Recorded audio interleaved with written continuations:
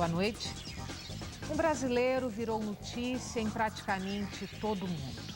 Jean Charles de Menezes, 27 anos, eletricista, mineiro, passou a ocupar espaço nos jornais, revistas, emissoras de rádio e televisão depois de ser assassinado por policiais britânicos com 8 tiros, 6 deles na cabeça. Qual o crime de Jean? Ser estrangeiro, jovem, com traços étnicos capazes de gerar racismo e intolerância? Jean Charles de Menezes era um dos cerca de 2 milhões de brasileiros que buscam melhor sorte em outros países. A situação desses emigrantes vai ser discutida hoje no Opinião Pernambuco. Participam do nosso programa o gerente de marketing do IE Intercâmbio, Marcelo Albuquerque, a gerente de marketing do STB, Marina Mota, o professor de ciência política da Universidade Federal de Pernambuco, Marcelo Medeiros, e a bacharel em turismo, Mayumi Toma. Boa noite a todos, muito obrigada por estarem aqui participando do Opinião Pernambuco.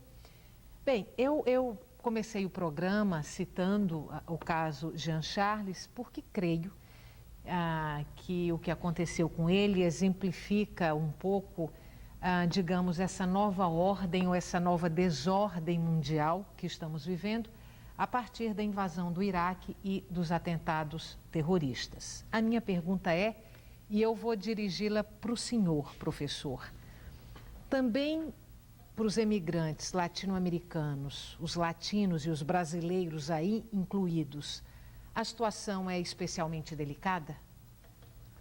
Sem dúvida nenhuma.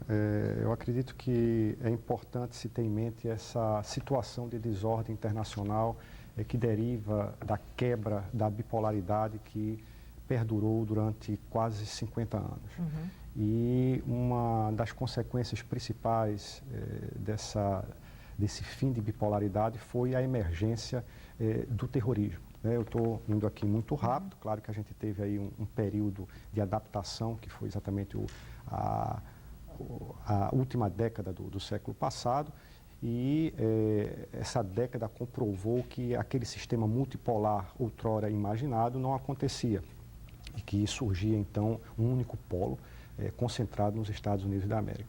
E esses Estados Unidos foram feridos de morte, vamos dizer assim, com os ataques do 11 de setembro. Uhum. E a partir daí, uma nova lógica começou a reger, vamos dizer assim, o cenário internacional. Tá? Uma lógica pautada por esse medo do terrorismo. Tá? Bom, a questão migratória, então, se torna fundamental. Por quê? Porque é através dela, ou é também através dela, que o instrumento principal do terrorismo tem acesso aos seus alvos. Né? E um controle mais ferrenho, mais específico por parte das autoridades migratórias dos países que são normalmente aqueles que são procurados por aqueles que estão deixando seus países de origem, começa a se fazer de forma mais severa, vamos dizer assim.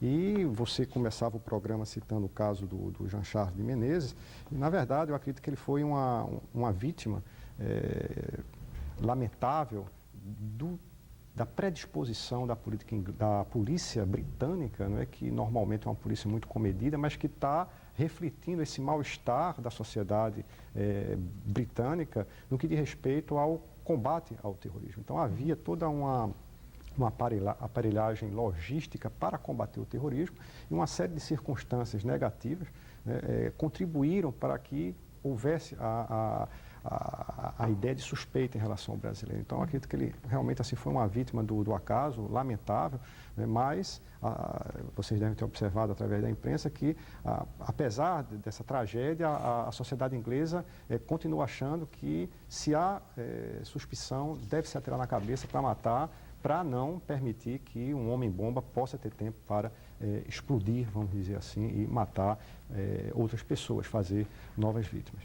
Enfim, eu acredito que a gente poderá, no transcorrer da discussão, voltar a falar sobre essa questão migratória. Eu acho que o ponto de partida é a questão migratória, né? E ver como isso também tem se refletido de forma política, né? Então, há outros temas que a gente pode abordar durante o programa, como a questão da integração regional, a integração regional da União Europeia. Todos nós sabemos hoje que existe um espaço Schengen, que abriga um certo número de países da União Europeia, quer dizer, uma fronteira externa única. Uma vez que você penetra nessa fronteira, você transita livremente dentro do espaço comunitário. Não são os 25 países que fazem parte, mas alguns deles, né? A própria integração latino-americana também, o problema das migrações latino-americanas, sobretudo para os Estados Unidos, né? Que é o alvo preferido dos brasileiros e dos latinos de um modo geral. Então, são temáticas que a gente pode voltar a conversar, se necessário for. Bom, Marcelo e Marina, vocês representam empresas de intercâmbio. Como é que vocês veem nesse momento, a partir do caso Jean, por exemplo, a situação das pessoas que deixam o Brasil para irem estudar ou trabalhar fora do país? E aí a gente pode citar países da Europa, como Inglaterra, Itália, os Estados Unidos, a América do Norte, evidentemente. Como é que vocês veem a situação desses brasileiros que deixam o país nesse momento? Olha, sem dúvida alguma, a questão de vítima do acaso foi a colocação melhor que o professor aqui teve a oportunidade de falar para a gente. Porque o fato de um brasileiro estar indo para outro país, isso significa que ele está buscando uma outra oportunidade, seja ela de se inserir nesse mundo global, de desenvolver um outro idioma que hoje se faz presente nessa nossa troca mundial de informações e talvez buscar um retorno financeiro que, de certa forma, não dá para saber ao certo se essa era a intenção do Jean. A gente sabia que ele estava estudando e que, de alguma forma, estava ali trabalhando. Mas é claro que nós, como empresa de intercâmbios, nós incentivamos essa troca, esse intercâmbio mundial. Nós entendemos que estar em outro país significa estar agregando valor para o Brasil e para aquele país em que o estudante ou o trabalhador está. Sem considerar que esse momento pode ser particularmente delicado ou não? Ou não é? Olha, delicado é. Mas dizer que aqui no Brasil nós não estamos sujeitos a acontecer uma coisa tamanha como essa, ou até mesmo pior, é difícil. Então dizer que ali ele realmente foi vítima desse descontrole mundial que é o terrorismo. Mas falar em violência, violência está ligada a qualquer região do mundo. Diria que a qualidade de vida na maioria dos países em que a gente tem a oportunidade de conhecer, e são países que as pessoas normalmente fazem intercâmbio, isso é até bem mais tranquilo que o Brasil. Mas no caso do Jean, infelizmente, nós tivemos esse caso e que acho válido estar discutindo, estar pensando por que um brasileiro sai quando se trata de uma necessidade, não de uma opção. Marina?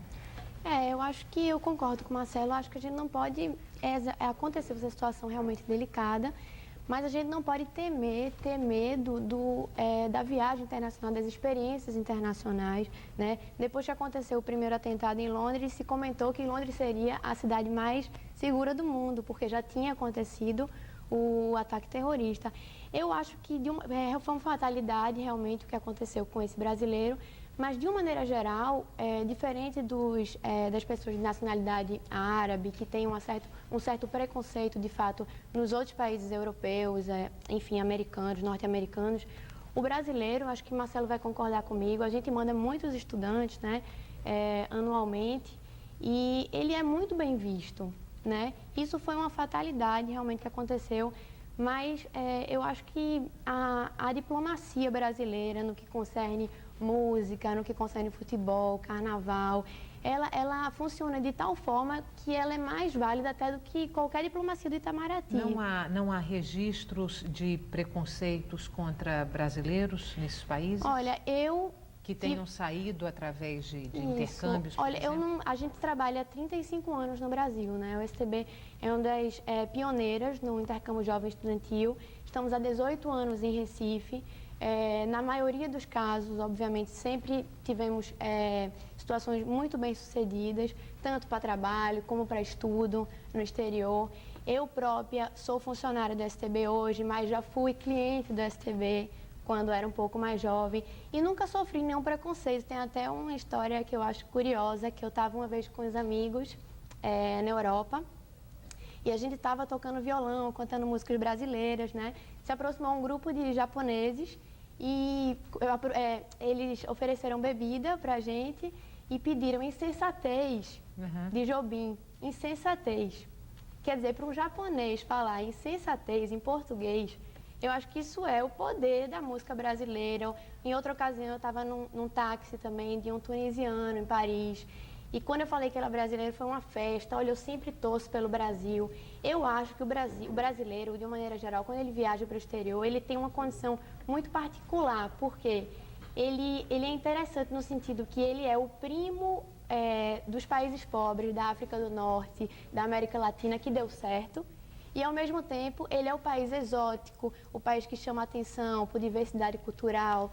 Enfim, eu acho que o brasileiro não deve ter isso como um fator que vai interromper as viagens, vai interromper o turismo, a integração dos jovens, porque tem tudo para continuar crescendo. Tivemos um crescimento de 40% de demanda de trabalho, de estudo do ano passado para esse ano. Aí então, a migração legal. Isso. 40% na migração legal. Isso. Bom, Mayumi, você vai deixar o Brasil para passar 12 um ano meses fora, estudando. E qual é a sua expectativa nesse momento? É muito boa, porque pela experiência que eu tive passada, de 4 meses nos Estados Unidos, foi uma motivação para eu voltar. Vamos dizer assim, os tipos de trabalho que eles oferecem, além de ser bem remunerados, eles têm uma visão muito diferente do mesmo tipo de trabalho no Brasil. Você é muito mais reconhecido fora do Brasil. E pela experiência de trabalho, para aprimorar principalmente a língua, que é muito importante hoje, principalmente no meu caso, que sou bacharel em turismo. E eu não tenho receio nenhum. Na primeira vez eu tinha receio de ser discriminada, dos americanos terem um pouco de receio por ser latina, mas minhas expectativas foram totalmente superadas e, assim, eles têm uma curiosidade muito grande sobre o Brasil. Sempre perguntam coisas boas sobre o Brasil, não senti nenhum tipo de preconceito. Fui muito bem recebida e isso foi uma motivação a mais para eu ir novamente.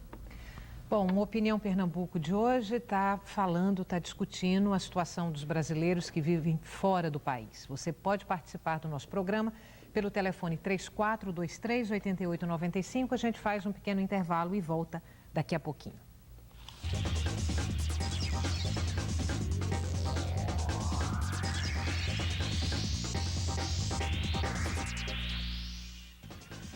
O Opinião Pernambuco está falando sobre a situação dos brasileiros que vivem fora do país. Você pode participar do nosso programa pelo telefone 3423-8895. Bom, até agora a gente falou da migração legal. Ainda dentro desse contexto, quais são os destinos mais procurados pelos brasileiros? Para onde é que os brasileiros vão mais e com que tipo de expectativa? Bom, inicialmente, há 20 anos atrás, o que a gente sabe de intercâmbio, as famílias ricas, de classe altíssima, iam para Londres, né? Depois houve um boom para Estados Unidos. O que a gente tem percebido é que os estudos e trabalho no exterior, eles estão cada vez mais acessíveis para a classe média. Para a classe média, para o profissional liberal, para o médico, para o dentista, que mandam os seus filhos porque sabem da importância da vivência internacional e está tendo uma grande demanda para países da Oceania, por exemplo, fantástico, Nova Zelândia, Austrália, né, Canadá, principalmente por ser pacífico, por ter o inglês americano, ter aquele lado de Montreal, de Quebec, que é mais europeu. Mas quem é o campeão? Para onde se vai mais? O campeão continua sendo Estados Unidos, né? Certo. Continua sendo Estados Unidos. Mas a demanda para Canadá, Austrália e Nova Zelândia tem crescido enormemente todos os anos. Quanto custa, em média, um intercâmbio desse para os Estados Unidos, por exemplo? Um intercâmbio de 6 meses? Tá. Eu vou falar em 4 semanas, que é a base normalmente. A gente trabalha mínimo 2 semanas, né, de curso. Então, o curso de inglês, no caso dos Estados Unidos, mais acomodação em casa de família, com meia pensão, que seria café da manhã e jantar, e mais material didático, estudos, sai em torno de $1.200, né? Fora a passagem. Fora a passagem aérea. Mas tem alternativas muito interessantes, como é o caso do Work, do Au Pair, para meninas entre 18 e 26 anos que gostam de trabalhar com crianças. O Au Pair é uma oportunidade, eu acredito que seja fantástica, o custo-benefício é realmente acima da média, porque só para os telespectadores terem uma ideia, você paga $580 só e você tem direito à passagem aérea, um workshop de uma semana em Nova York para conhecer um pouco da cultura americana, como funciona, como são as brincadeiras com as crianças. Depois você vai diretamente para a família que vai lhe recepcionar. Lá você trabalha durante um ano com crianças, né? Você recebe uma bolsa, auxílio de $500 para estudar e você ainda tem férias no final do programa. Quer dizer, a gente estava falando sobre imigração legal e ilegal. Quando você tem programas como esse, que oferece todo o suporte, que você vai com visto de trabalho, com toda a estrutura e por um preço realmente muito acessível, que pode ir para qualquer bolso, se você, né, começo de trabalho, fica um pouco sem sentido uma imigração ilegal. Mas a migração legal, se eu estou entendendo bem, aí nesses termos do intercâmbio, você tem hora para ir e você tem hora para voltar. Isso. Muitas das pessoas que migram, que deixam o Brasil e que deixam outros países da América Latina, por exemplo, vão em busca de uma permanência, quer dizer, desejam ficar em outros países na perspectiva de que terão uma vida com mais oportunidades do que a vida que o país hoje oferece. O meu raciocínio está errado, professor? Eu acredito que há duas formas de a gente interpretar. Primeiramente, as pessoas que vão nesse tipo de intercâmbio e que resolvem, por vontade própria, permanecer, quer dizer, ficar além daquele prazo estabelecido pelo contrato com a empresa, né, que formulou o programa. Tá? Essa é uma possibilidade. E talvez essa possibilidade não seja que ocorra mais. O que eu gostaria de acentuar seria outra via da ilegalidade, voltando a essa temática da globalização, das migrações internacionais, das assimetrias econômicas entre os países. Aqui no Brasil, mais especificamente, há um bom segmento da população que não tem oportunidade de ter acesso a esse tipo de programa. É verdade que há alguns anos a ida ao exterior era quase que algo restrito a uma aristocracia. É verdade que hoje esse acesso ele faz parte da realidade da classe média, é verdade. Mas a classe média ainda é muito pequena. Então, várias pessoas que não fazem parte dessa classe média veem os Estados Unidos ou a Europa como um Eldorado e fazem economias para ir para esses países com o objetivo de lá se estabelecer por um tempo que não seria talvez ilimitado. As pessoas geralmente vão querendo ganhar algum dinheiro e depois de, não sei, 5, 10, 20 anos, voltar para o Brasil. Né? É interessante ver essas amarras culturais que permanecem nas pessoas e que, no mais das vezes, atrasem de volta ao país de origem após 2 décadas ou algo desse tipo. Né? Então, é preciso a gente ver que há uma seletividade muito grande ainda nesses programas.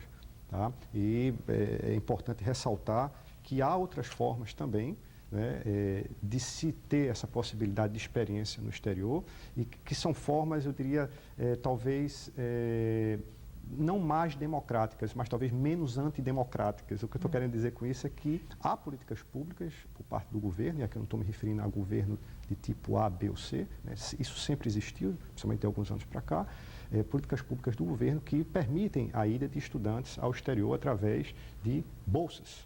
Né, bolsas de mestrado, bolsas de doutorado, que são financiadas pelo Ministério da Educação ou pelo Ministério da Ciência e Tecnologia, através de órgãos como a CAPES, ligada ao Ministério da Educação, ou o CNPq, que é ligado ao Ministério da Ciência e Tecnologia. Né? Claro, maiores informações vocês podem obter, por exemplo, aqui no Recife, junto à Universidade Federal de Pernambuco, nós temos uma assessoria de cooperação internacional que oferece todas as informações necessárias no que diz respeito à obtenção de bolsas. Claro, isso eu dizia, menos antidemocrático, porque é uma coisa que é aberta a todos. Claro que, geralmente, as pessoas que conseguem isso são também pessoas que pertencem a uma classe média. né? Mas há casos de pessoas que estudaram em escola pública, pessoas que tiveram acesso à universidade, e aí eu não me refiro apenas à Universidade Federal de Pernambuco, quer dizer, uma pessoa que é bacharel pela Universidade Católica de Pernambuco, ou por qualquer outra entidade de ensino superior privada, ela pode também postular e conseguir uma bolsa de mestrado ou de doutorado fora do país. Então, é importante assinalar essa possibilidade junto aos nossos telespectadores, né? E uma coisa que eu falava com você também um pouco antes do programa, é preciso ter muito cuidado no que diz respeito à obtenção de títulos no exterior. O MEC tem sido extremamente rigoroso no que diz respeito ao reconhecimento desses títulos obtidos no exterior. Então, é importante que as pessoas que saírem do Brasil, que forem ao exterior com o intuito de obter um diploma de mestre, um diploma de doutor, é muito importante averiguar de forma muito precisa a entidade de destino, para que ele não tenha problema de reconhecimento depois do diploma quando ele chegar aqui no Brasil, porque senão ele pode, quando voltar ao Brasil, ter a ingrata surpresa de não ter o diploma reconhecido. Então, é fundamental obter informações antes de partir para os estudos no exterior. Claro que se for um estudo financiado por CAPES e CNPq, ele só financia estudos em entidades que ele reconhece de pronto o título a ser obtido. Bom, ficando ainda um pouquinho nessa questão da migração ilegal, o Brasil é hoje o 5º país em número de pessoas que tentam entrar ilegalmente nos Estados Unidos e, consequentemente, tem muito brasileiro preso lá nos Estados Unidos. Há algum tipo de acompanhamento, de assessoramento, talvez, a esses brasileiros que estão presos, as condições dessas prisões em que eles estão, como é que eles são assessorados, perspectiva de volta? Existe alguma coisa nessa linha? Olha, eu acredito que a assistência consular brasileira ela é muito boa. Eu não teria dados aqui concretos e precisos, mas o Itamaraty tem exercido sua função de forma muito adequada, de forma muito rigorosa nos Estados Unidos e em outras representações diplomáticas na Europa, enfim, no resto do mundo. Eu gostaria apenas de fazer uma observação que é muito empírica, quer dizer, não é um estudo científico que eu fiz ou que eu tive acesso, mas eu faria uma diferença muito grande no que diz respeito ao processo migratório brasileiro rumo aos Estados Unidos ou rumo à Europa, sem falar de outros destinos.